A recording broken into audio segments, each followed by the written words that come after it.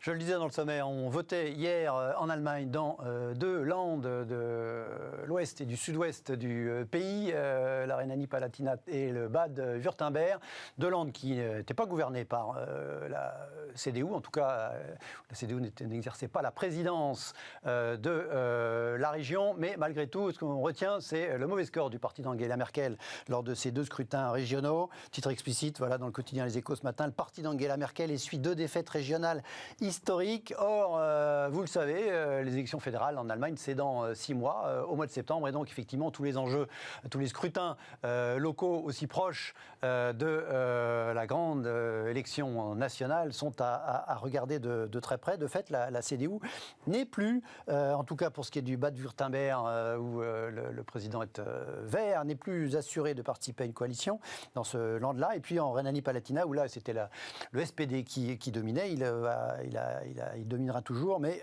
quoi qu'il arrive, la CDU n'a pas réussi à le déloger. Il y a 6 mois, on disait que la CDU était assurée de remporter les élections fédérales, cette fois-ci au mois de septembre. Aujourd'hui, dans les sondages, le parti est passé quasiment de 40 points à peine plus de 30 points, d'où l'incertitude qui grandit sur l'issue, le sort de ces élections fédérales au mois de septembre prochain. Alors, je ne vais pas vous demander de lire dans le mar de café, en revanche, d'interpréter ou en tout cas d'anticiper les enjeux d'un point de vue économique. Daniel, est-ce qu'il y a un enjeu important de savoir ce qui va se passer au Bundestag à l'issue du scrutin fédéral? C'est l'Allemagne, oui, c'est l'Allemagne quand fédéral de septembre prochain. Bien sûr, donc il y a des enjeux majeurs, non seulement pour l'Allemagne, mais pour l'Europe tout entière. On est toujours proie de ces élections régionales en Allemagne qui ont lieu à différentes époques, et c'est très souvent qu'on entend, il y a des élections ici ou là, du coup la politique fédérale se façonne face à ces élections. Mais il est vrai que cette année, donc une super année électorale, c'est particulièrement important, d'autant qu'on est dans une crise qui est en train de pousser ou de changer quelques paradigmes en Allemagne peut-être et plus largement en Europe. Donc clairement, il y a au moins 3 sujets qui devront être façonnés ou décidés par le prochain gouvernement vis-à-vis de l'Europe. 1, c'est comment on poursuit les règles fiscales au sein de l'Europe ou pas. 2, comment on construit cette bataille contre le réchauffement climatique où l'Europe veut clairement être le chef de file au monde. Et 3, comment on fait cette relance post-Covid européenne et notamment vis-à-vis des partenaires commerciaux externes. Dans ces 3 sujets, l'Allemagne et la France ne sont pas toujours d'accord. Grâce au Covid, grâce ou à cause, je ne sais pas, on a réussi à trouver des terrains d'entente, ce qui a permis à l'Europe d'avancer de façon assez rapide. La suite va être extrêmement importante. Notamment sur la relance à la mutualisation des dettes, etc., lors du sommet de juillet dernier. Ça, oui, effectivement, la suspension des déficits fiscaux, des relances assez importantes. Sur la partie du changement climatique, ça a accéléré aussi des tendances pré-coronavirus où l'Europe s'est clairement imposée comme donnant le mot d'ordre mondial pour le changement climatique. Et en ce qui est politique commerciale, depuis le Covid, on voit un peu ce message français qui était mené par la France avant le Covid, qui dit bon, il faut quand même protéger notre industrie, surtout dans des industries qu'ils appellent stratégiques. Après, qu'est-ce que ça veut dire stratégique ou pas, c'est là tout le débat. Comment le protéger, c'est tout le débat. Où l'Allemagne jusqu'à maintenant a dit non, parce qu'elle a une position commerciale assez forte dans le monde, contrairement à d'autres.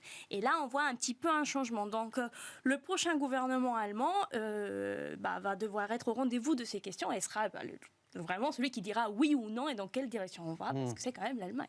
Voilà, c'est quand même l'Allemagne. Si on regarde les puissances mondiales, enfin en tout cas d'un point de vue économique, c'est encore la 4e puissance économique mondiale. Quand on a un peu qu'on ne regarde pas que justement la taille du PIB, ce que j'imagine est votre cas, est-ce que d'un point de vue global, mondial, il y a un enjeu encore des élections nationales dans un pays comme l'Allemagne, Thomas Gomard?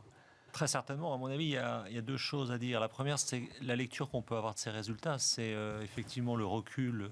Effectivement, la CDU qui perd en 3 points. Alors, c'est pas non plus un effondrement, mais c'est significatif. Surtout que dans le Bade-Wurtemberg, le président vert est réélu dans le bassin de l'industrie automobile allemande. C'est-à-dire qu'il y a une sorte de prime à une gestion verte de la région qui est, à mon sens, annonciatrice du poids en fait et du centre de gravité que les Verts allemands sont en train d'occuper. Et ça a des conséquences région qui est évidentes. dirigée par les Verts, associée à la CDU. Hein.